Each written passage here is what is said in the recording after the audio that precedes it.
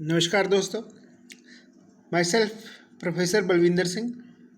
I am working in Shri Baba Masnath Institute of Pharmaceutical Sciences and Research, Baba Masnath University, Astalbhor, Rohtak, Haryana. Today I will give my presentation on chloramphenicol. I am thankful to my son Mr. Ashish Saini for typesetting and media recording of this presentation. Chloramphenicol is basically antibiotic. Chloramphenicol is previously manufactured from Streptomyces venezuela. Now it is manufactured synthetically. Chloramphenicol is a broad spectrum antibiotic. Coming to the pharmacodynamics, that is the mechanism of action. Chloramphenicol stops bacterial protein synthesis. It acts at step 3 of amino acid chain elongation in acceptor site A of 50S ribosomes in bacterial cell. It prevents peptide bond formation between new amino acid and the old peptide chain. Hence, transfer of elongating amino acid peptide chain to the newly attached amino acyl transfer RNA is stopped. So, protein synthesis stops. Hence, chloramphenicol acts as a bacteriostatic. Chloramphenicol का जो mechanism of action है, basically क्योंकि ये bacteriostatic है, bacteriostatic वो drugs हैं जो कि बैक्टीरिया की ग्रोथ रोकती है. बैक्टीरिया की ग्रोथ रोकने के लिए जो है एसेंशियल चीज़ होती है प्रोटीन सिंथेसिस. प्रोटीन के साथ जो है बैक्टीरियल सेल की ग्रोथ होती है, और जो बैक्टीरियल सेल में प्रोटीन बनता है वो बनता है राइबोसोम्स में. तो राइबोसोम्स में 50S जो यूनिट है, सब यूनिट है, उसमें जो है चेन अमीनो एसिड की चेन इलांगेट होती है. तो उसमें डिफरेंट स्टेप्स होते हैं. तो उसमें जो थर्ड स्टेप है वहाँ पे क्लोराम्फेनिकोल एक्ट करता है. उसमें जो 50S में एक्सेप्टर साइट है उसके ऊपर ये एक्ट करता है. ये जो है पेप्टाइड बॉन्ड फॉर्मेशन को रोकता है, जो कि जो नया अमीनो एसिड आके जो पुरानी अमीनो एसिड की पेप्टाइड चेन है उसके ऊपर आके अटैच होता है, तो उस बॉन्ड फॉर्मेशन को जो है वो रोकता है. इस तरह से वो जो है उसकी जो ट्रांसफ़र है elongating amino acid peptide chain की, जो newly attached amino acid transfer RNA है, उस प्रोसेस को ये ट्रांसफ़र को रोक देता है, जिससे कि प्रोटीन सिंथेसिस रुक जाता है और बैक्टीरिया की ग्रोथ जो है वो रुक जाती है. इस तरह से ये बैक्टीरियोस्टैटिक एक्शन दिखाता है.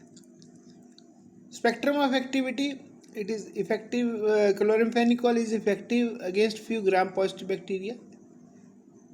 Chloramphenicol is effective against gram negative bacteria, anaerobes, rickettsia, mycoplasma.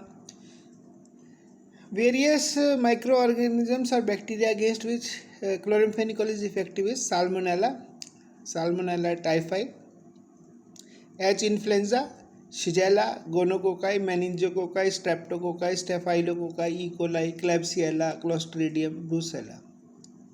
There was a time, you can say before 1980s, before the arrival of quinolone group, ciprofloxacin, chloramphenicol was the drug of choice for the treatment of typhoid. जो है उस time जो है ये जो है typhoid के लिए ड्रग यूज़ होती थी. क्यूनोलॉन के आने के बाद अपना जो है सिप्रोफ्लॉक्सासिन के आने के बाद जो क्लोराम्फेनिकोल है उसकी यूसेज कम हो गई due to the various regions.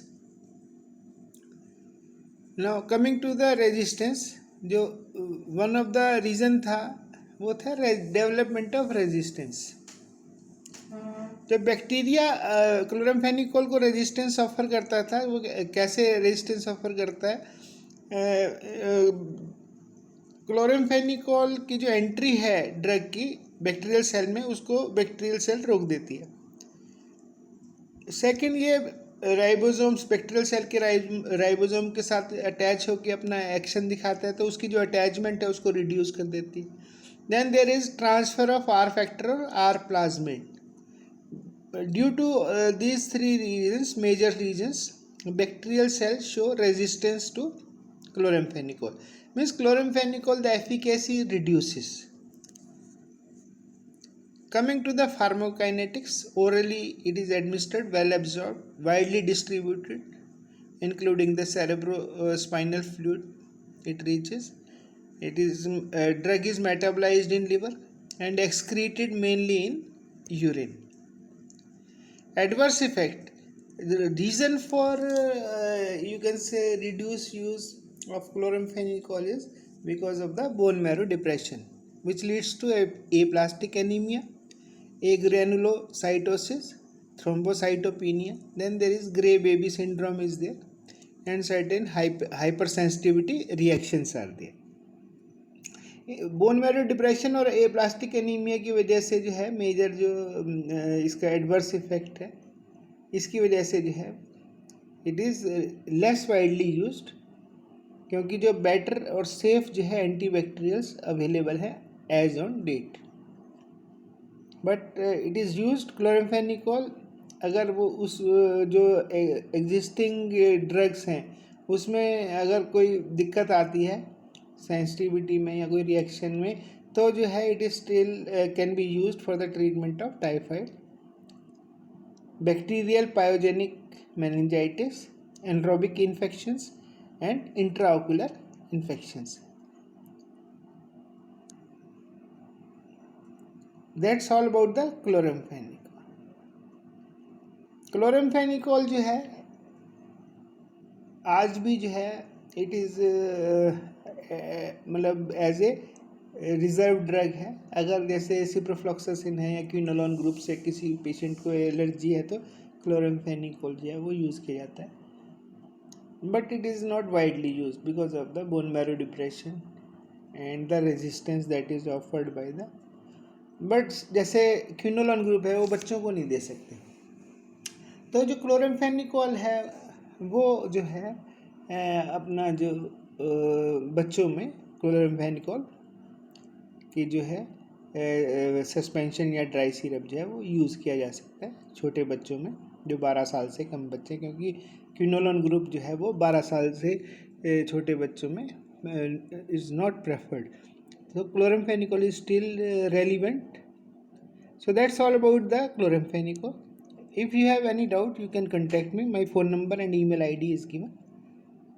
I once again acknowledge the contribution of my son, Mr. Ashish Saini, for typesetting and media recording of this presentation.